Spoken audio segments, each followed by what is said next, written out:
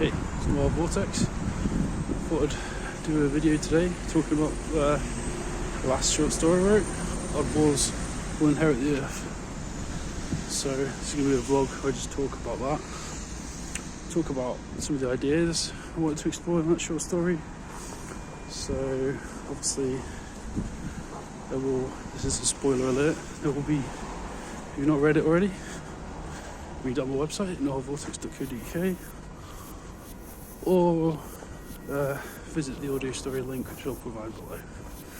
Anyway, without that out of the way, continue our walk in the snowy Russian morning, where you shanker on and talk about it. Okay, so The Oddballs Will Inherit the Earth is a short story, though it's the longest one I've written so far, set across, well, two different time zones, but with three main narratives running through the story, which is, if you read it and if you've listened to it, you'll know that the main thread is about this journalist called Oddball, or Oscar. Oddball's a moniker that he uses, and he's sort of investigating. So he lives in a futuristic society in Berlin in about 30, 40 years in the future. So it's similar to existing reality, except obviously hyper enhanced. So like the age of cybernetics is upon us in this time, transhumanism, cyborgs, cybernetics, all that sort of thing. And basically humanity have these sort of like AI, artificial intelligence slaves called mantis folk. So the second thread of the story is that there's one of these mantis folk who believes it keeps them getting these flashes of in the future. So this is someone specified date of the future. This machine keeps on waking up with these weird residual memory flashes. So at the start of it, I wanted to just create a bit of discombobulation between this very conventional story about a journalist investigating some terrorism and this machine that's seemingly going mad. And then it's then that the third element comes into play, which is the third main narrative, which is the Sisters of the Citadel. So obviously they're sort of like futuristic, I guess primitivist sort of return to some sort of primitive religious impulses, I guess, in this modelling that. But this place called the Citadel, they've found this girl called Alice who's escaping some of these machines, and basically the whole setup for that part of the narrative is that this girl has to be prepared for some sort of trial. It's not really specified, gone into detail, but that's the basic setup of the story. So I'll just talk a bit about what I wanted to achieve with this story. So the first thing is I wanted to write something that was a bit more complex and multi-layered than anything I'd previously written, and longer. So it's not a novel, it's like basically 12 pages of A4, I think just short of 8,000 words.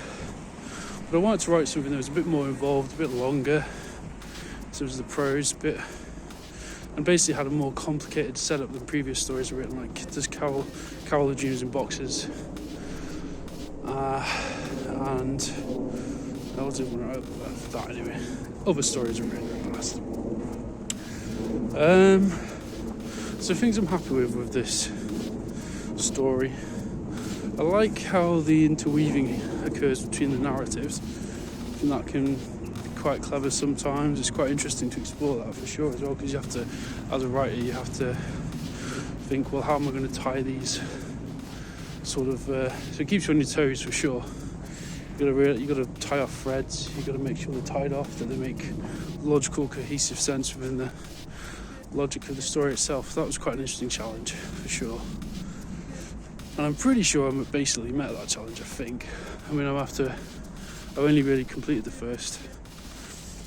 I don't think I'll be redrafting it much more, but basically it's complete now. But yeah. The other interesting thing, of course, is exploring artificial intelligence. What is, in a very experimental way, anyway. Like, what is some of the possible drawbacks of that? It's quite fantastical.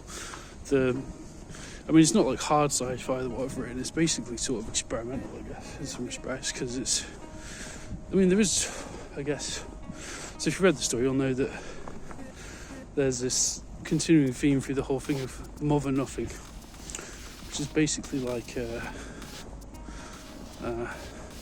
this network hive mind that the computers use, which is a sort of collective unconscious of all humanity that they're plugged into, but they don't really understand the context of it, so it's all psychosis really for them. Which, obviously I said this is going to be spoiler heavy, but that's sort of one of the main conceptual things in the story, is the collective unconscious gone haywire, if you will, and plugged into sort of mechanistic intelligence. What will that interpret, sort of human nature as? So I could probably expand on that in the story, but hopefully I sort of did it some sort of justice. And I quite like the character of Oddball. He's sort of supposed to be like a sort of Hunter S. Thompson, gonzo journalist sort of figure, which I guess is a sort of trope, but I don't mind writing tropes occasionally. Like, as long as I can try and do something, at least add something new to that conversation, I don't have anything against writing tropes. Eva is a character in it who's probably the main, one of the main female characters in it. She's not really a love interest, but she's sort of she reminds Oddball of his previous love, his lost love, which I don't really expand on much. But actually, in fact, the main reason I included his lost love and resolved at the end was that, if you read it, obviously big spoiler alert coming here, in the end the machines just basically kill everyone, take over, and then they're stuck in these sort of residual memory palaces, if you want, just reliving their lives over and over again, their human selves. So the way I resolved the two Evas, is that the machine who was Oddball, whose consciousness was Oddball, basically just remembers there were two Evas, but you don't know exactly who they were.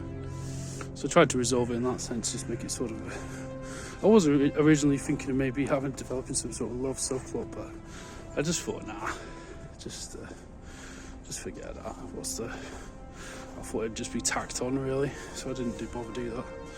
She's an important character in the book. She sort of provides the main context for the conceptual part of the story, but yeah. Anyway, what else? I think I'll leave it at that. It's very cold. I need to get back in. I've been Noah Vortex. I hope you enjoyed that at some level. Bye.